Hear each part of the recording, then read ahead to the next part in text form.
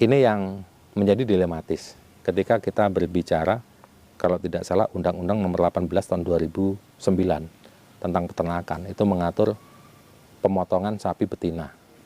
Sapi betina yang boleh dipotong yaitu ketika usianya usianya 8 tahun, beranak minimal sudah 5 kali. Ketiga, itu kondisi majer yang sudah ada keterangan dari dokter, artinya majer itu mengalami gangguan reproduksi. Seperti itu. Yaitu persyaratan yang boleh dipotong. Tapi fakta di lapangan, apakah seperti itu? Sebagai warga negara yang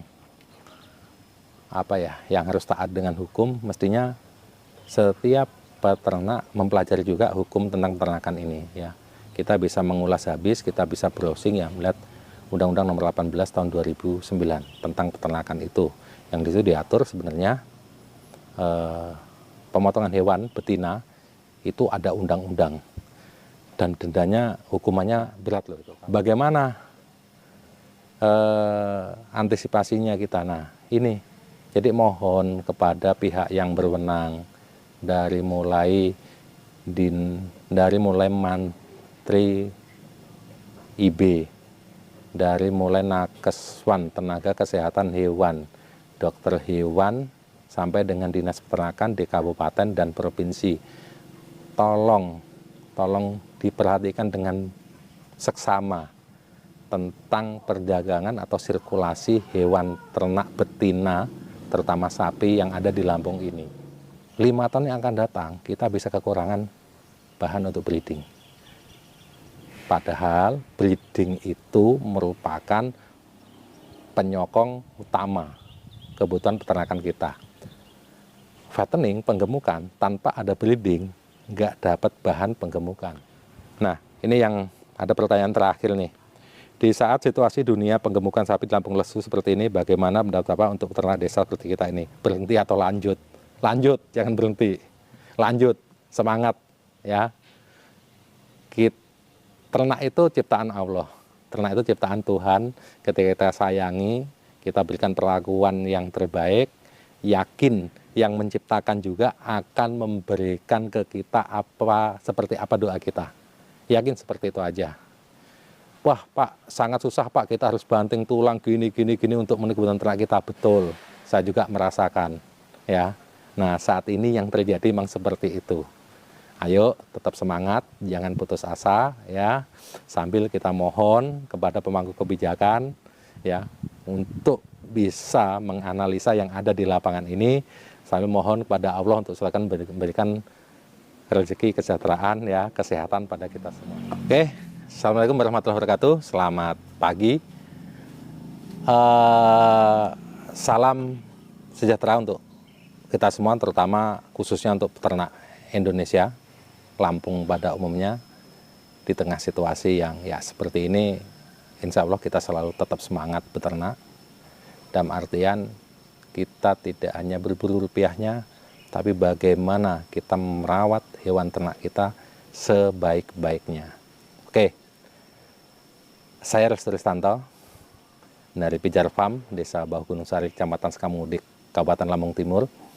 Ya, saat ini saya sering mendapatkan curhatan, keluh kesah dari teman-teman peternak ya, dengan situasi yang ada saat ini. Musim kemarau, pakan susah, tapi sangat sayang dengan ternaknya. Ini harus kita pikirkan bagaimana kelanjutan dari usaha-usaha kita semua ini supaya bisa terus lanjut ya, dan tentunya dari hasil kita menyayangi ternak kita tadi, ada nilai lebih dari ternak itu yang akan kita dapatkan berupa rezeki dan lain-lain. Saat ini memang kondisi sangatlah miris, di mana menggemukkan hewan itu memang tidak mudah. Perlu teori, perlu praktik, perlu pengalaman, dan perlu analisa yang kuat. Bagaimana strateginya sehingga hewan itu pertumbuhannya bagus, ADG-nya bagus, tapi juga pakan, ya, manajemen pakan juga harus sangat diperhatikan. Di Pijar Farm, kita memakai pakan, bahan baku pakan yaitu ada orang sini bilangnya jejet jagung. Jejet jagung itu sebenarnya kotoran jagung. Ketika jagung itu dikeringkan, kemudian di blower atau dikipas, maka ada yang berupa kayak seperti dedak ya, atau seperti sekam ya, itu yang kebuang. Nah, untuk menghasilkan jagung yang super memang harus dibuang kotorannya ini. Nah, kotorannya hasil openan ini dikumpulkan, kita beli, peternak ini beli untuk diberikan ke sapi. Kemudian ditambah ada kulit singkong dan onggok. Jadi kalau di sini sistemnya pagi kulit singkong onggok plus konsentrat, sorenya jejet jagung plus konsentrat, malamnya itu hijauan. Kebetulan ada tetangga panen padi kemarin, diberikan jerami, alhamdulillah. Kemudian kalau sehari-harinya yang rutin yaitu pakcong dan odot yang ada di sekitar kandang. Insya Allah saat ini mencukupi meskipun kemarau. Pijar farm saat ini nggak banyak, pelihara sapi nggak banyak. Kenapa? Kita belajar dari kemarau tahun kemarin. Kemarau tahun kemarin kita sampai dengan hampir 20 ekor sapi. Apa yang terjadi? Jangankan kok mikir masalah pakan, mikir air untuk kebutuhan sapinya itu aja, kita sudah pusing. Air untuk minum oke, tersedia karena daerah kita ini di sini untuk sumber mata air alhamdulillah cukup bagus. Meskipun kemarau juga air sumur masih terus ada airnya ya. Dari saya kecil sampai saat ini tidak ada kekurangan masalah itu.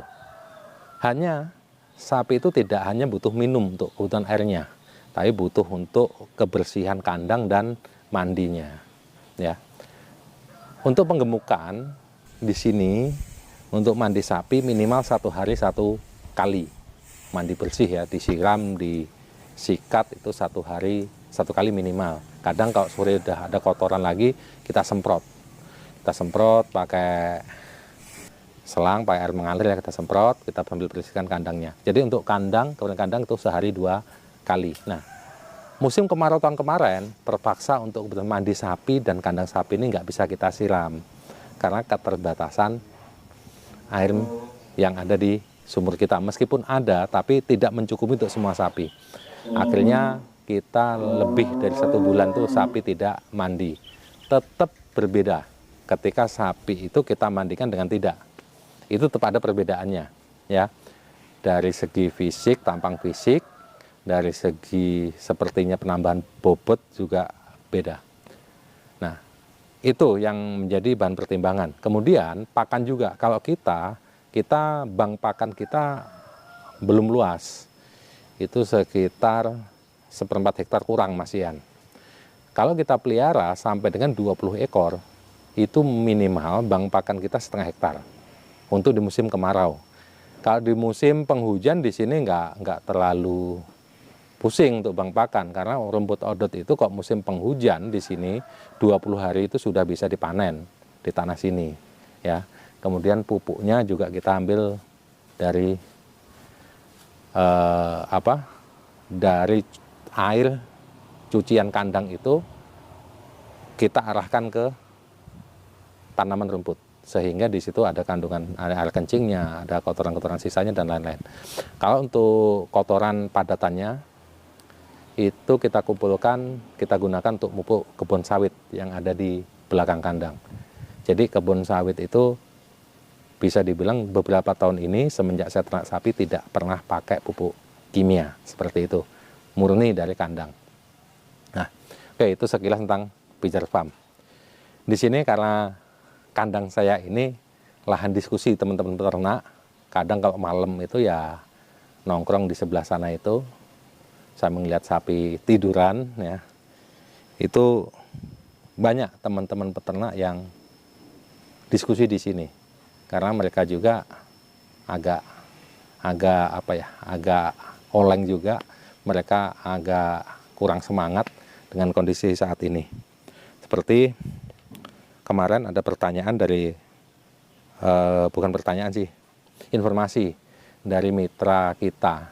Jadi biasanya begini, biasanya saya pelihara sapi 4 bulan dijual untuk sabutan sapi potong. Saat ini nggak bisa. Saat ini nggak bisa, bahkan sapi saya ini hampir 1 tahun. Bahkan udah ada yang 1 tahun di kandang. Nah ini butuh kos yang tinggi juga. Nah sama dengan mitra-mitra kita yang biasanya titip jual di sini, nitip timbang dan lain-lain. Ini ada pertanyaan nih, kemarin dari Mas Ihan tanya, Pak mau jual sapi jantan sudah gemuk, sekarang harga per kilonya berapa ya katanya. Biasanya peternak ini nggak pernah tanya harga ke saya, nggak pernah tanya harga. Nanti ada pedagang besar yang ngambil ke kandang saya itu, yang penting sapinya ditimbang, seperti itu. Karena kalau biasanya harga itu kan 48, murah-murahnya 47, 48, 49. Seperti itu. Nah, saat ini mitra ini tanya, berapa harga sapi jantan gemuk sekarang ini? Dengan sangat berat hati saya sampaikan kemarin, jangankan kok harga, yang beli aja nggak ada. Sapi sudah gemuk, yang beli nggak ada. Nah, ini problem kita lagi. Apa sih sebabnya kok yang beli nggak ada? Ini yang terjadi di Lampung. Kalau kita melihat YouTuber Jawa mungkin beda lagi ya. Nah, ini yang terjadi di Lampung seperti itu. Jadi saya jawab, bukan masalah harga sekarang. Yang beli loh, nggak ada. Yang beli nggak ada. Kalaupun ada, itu harganya sangat murah. Kalau kita jual dengan harga sangat murah, kita tinggal menghitung rugi kita berapa. Padahal tujuan kita usaha itu mendapatkan laba. Kalau mendapatkan rugi, wah ini sebuah kecelakaan kalau menurut saya. Oke, jadi seperti itu. Nah, kemudian berlanjut lagi, ada pertanyaan lagi nih. Pak, kenapa? Kan saya sering lihat tuh YouTuber Jawa posting sapi tuh. Ada yang di pasar Gerabak, ada yang di pasar yang di daerah Klaten, ada yang di Ungaran, ada yang di dekat Semarang itu ya. Harga sapi di sana bagus loh Pak. Bahkan harganya ada nyampe 57.000 per kilogram. Yang limosin, bulat, gemuk, itu bisa sampai 57. Min-minnya itu 52 per kilogram. Kalau sapi dibeli jogrok misalnya 35 juta itu beratnya nggak nyampe 700. 35 juta itu. Begitu timbang nggak nyampe 700. Artinya harganya kan antara 52 sampai 57. Memang betul kok di Jawa seperti itu, saya juga memperhatikan. Jadi saya ini seorang guru, pagi ke sekolah, setelah pulang sekolah, pagi bangun tidur, sholat subuh, ngurus kandang, selesai langsung mandi, siap-siap ke sekolah, kadang sarapan pun jam 12 siang baru sarapan. Sore pulang dari sekolah istirahat sebentar, azan asar langsung ke kandang lagi, beres-beres, cari pakan dan lain-lain sampai menjelang maghrib. Malam nanti teman-teman pada ngumpul, ngobrol dan diskusi dan lain-lain. Hari-harinya seperti itu ya. Nah, di situ di malam itu sebelum teman-teman pada datang biasanya habis isya kan ya. Di antara jeda maghrib sampai isya saya gantian. Anak belajar, saya pegang remote TV, nggak jauh-jauh.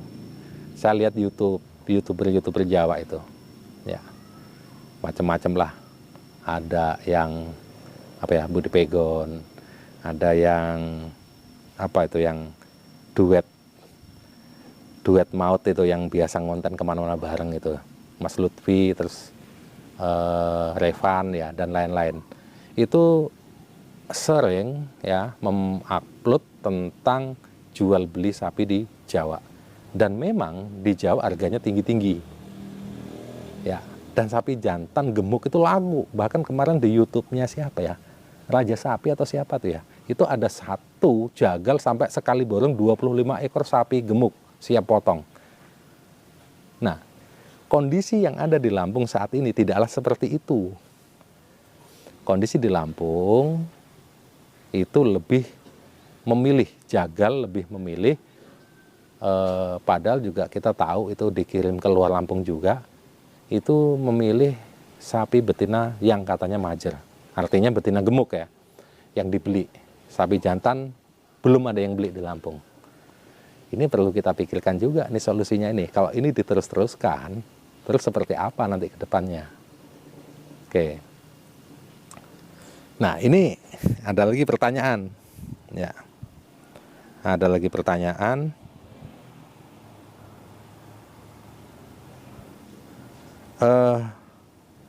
Pak, pernah punya pengalaman nggak menggemukkan sapi betina? Bagaimana cara penggemukan sapi betina? Oke, saya jawab pernah. Tahun kemarin saya sempat coba 5 ekor sapi betina di kandang. Yang katanya sudah majer, 4-nya udah majer, yang satu 50-50 antara majer atau belum. Oke, saya pelihara. Dari 5 itu ternyata yang murni majer hanya 1. Kenapa saya katakan murni majer? Saya katakan murni majer karena dia tidak mengalami masa birahi sama sekali. Yang 4 itu setiap bulan maksimal 40 hari atau 40 hari mengalami masa birahi, meskipun itu katanya majer.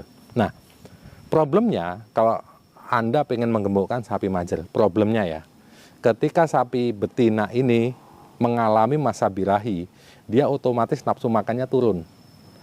Segala sesuatunya, istirahatnya pun nggak nyenyak.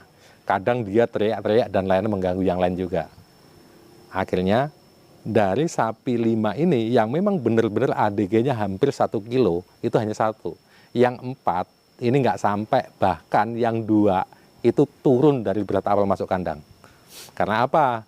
Karena pas ditimbang, pas mau ada yang motong, itu kebetulan dia selesai masa birahi.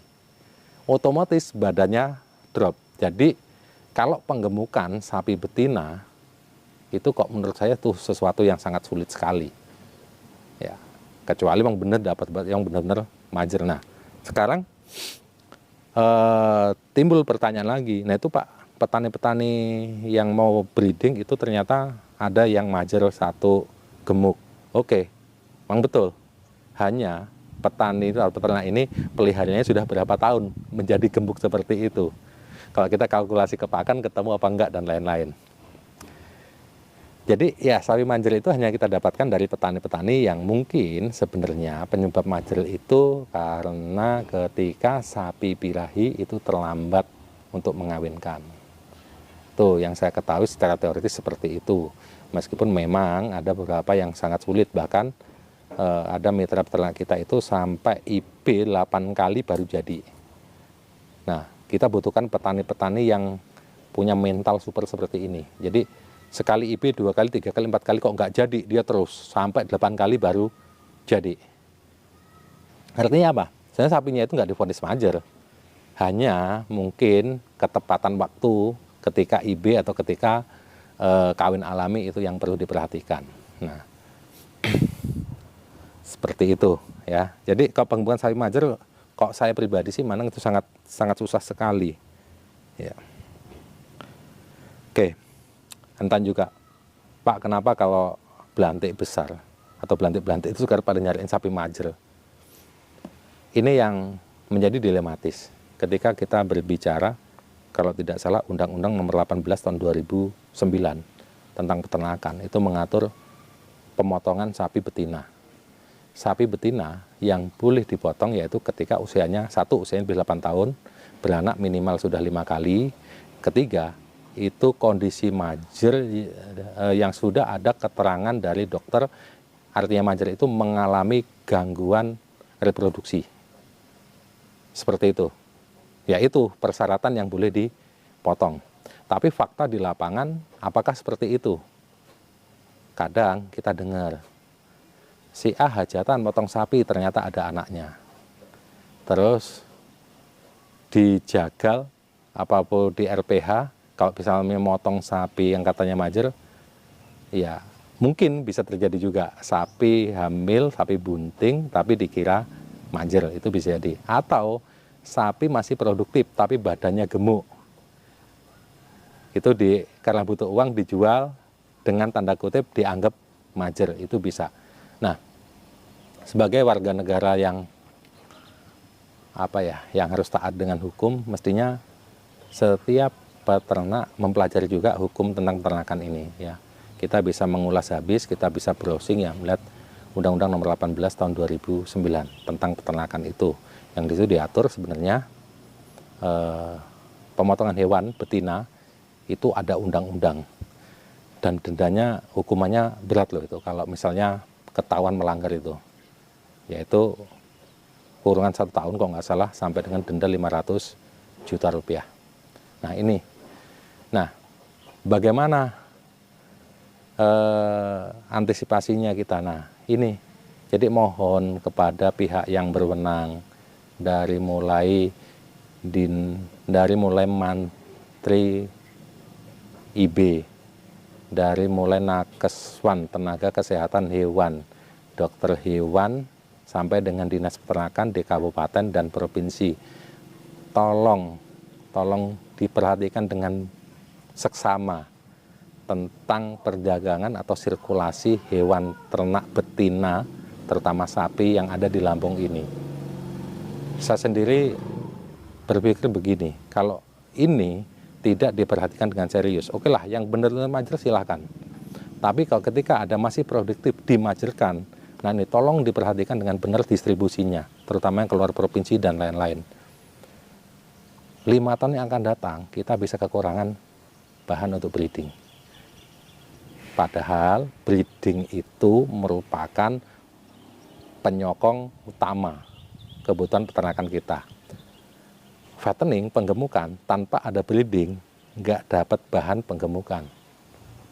Oke, sekarang trennya kebalik dibanding dulu. Kalau dulu sapi dari Jawa ke sini, sekarang sapi bakalan dari sini dikirim ke Jawa. Nah, kalau kita nggak hati-hati di sini, ketika sapi betina banyak yang dikatakan dimajerkan, asal gemuk katanya majer, padahal masih produktif, kita kirim ke luar Lampung. Nah, di Lampung terjadi apa? Jelas kekurangan sapi betina, terutama yang betina produktif. Terus gimana solusinya nanti untuk memenuhi kebutuhannya ini? Ya kita harus mendatangkan dari luar yang jelas. Ini problem tersendiri. Jadi mohon kepada dinas terkait, dinas peternakan, dari mulai Nakeswan, Mantri IB, sampai dengan kadisnya ya. Ini ayo, bahkan anak saya sendiri baru mahasiswa semester 1 di peternakan. Saya sudah mulai, karena dulu bapaknya juga seneng kontrol sosial. Sekarang kalau anak peternakan kontrol sosialnya ke peternak, jangan anak peternakan kontrol sosialnya ke mall gitu kan. Jadi mulai kita ajak untuk diskusi. Saya sampaikan ke dia, ketemu dengan dosen, sampaikan permasalahan yang ada di bawah. Ketemu dengan teman-teman, dengan kakak tingkat dan lain-lain, sampaikan. Ya, usahakan mahasiswa peternakan menjadi agent of change untuk ternak, terutama di Lampung ini. Ini miris, ya.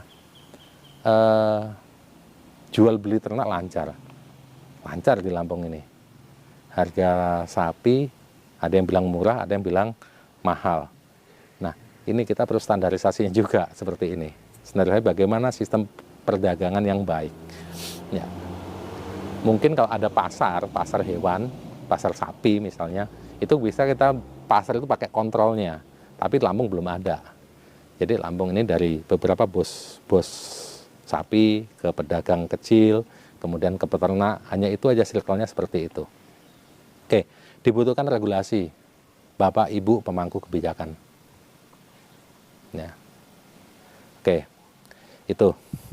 Kemudian, sekali lagi, kami peternak di desa-desa sangat menginginkan ya ada campur tangan, ada kebijakan dari pemerintah untuk masalah distribusi hewan ternak. Jadi sapi potong pun yang jantan bisa dijual, sapi yang benar-benar majer silahkan, tapi yang belum majer ayo bagaimana diproduktifkan. Nah, ini yang ada pertanyaan terakhir nih. Di saat situasi dunia penggemukan sapi di Lampung lesu seperti ini, bagaimana pendapat Bapak untuk peternak desa seperti kita ini? Berhenti atau lanjut? Lanjut, jangan berhenti. Lanjut, semangat ya. Ternak itu ciptaan Allah. Ternak itu ciptaan Tuhan. Ketika kita sayangi, kita berikan perlakuan yang terbaik, yakin yang menciptakan juga akan memberikan ke kita seperti apa doa kita. Yakin seperti itu aja. Wah Pak, sangat susah Pak, kita harus banting tulang gini untuk memenuhi kebutuhan ternak kita. Betul, saya juga merasakan. Ya. Nah saat ini yang terjadi memang seperti itu. Ayo tetap semangat, jangan putus asa ya. Sambil kita mohon kepada pemangku kebijakan ya untuk bisa menganalisa yang ada di lapangan ini, sambil mohon kepada Allah untuk silakan memberikan rezeki, kesejahteraan ya, kesehatan pada kita semua. Ya. Oke, mungkin itu yang bisa kita sampaikan dari Bijar Farm, Desa Bagunsari, Kecamatan Kampung Udik, Lampung Timur. Ya, tetap semangat peternak Lampung.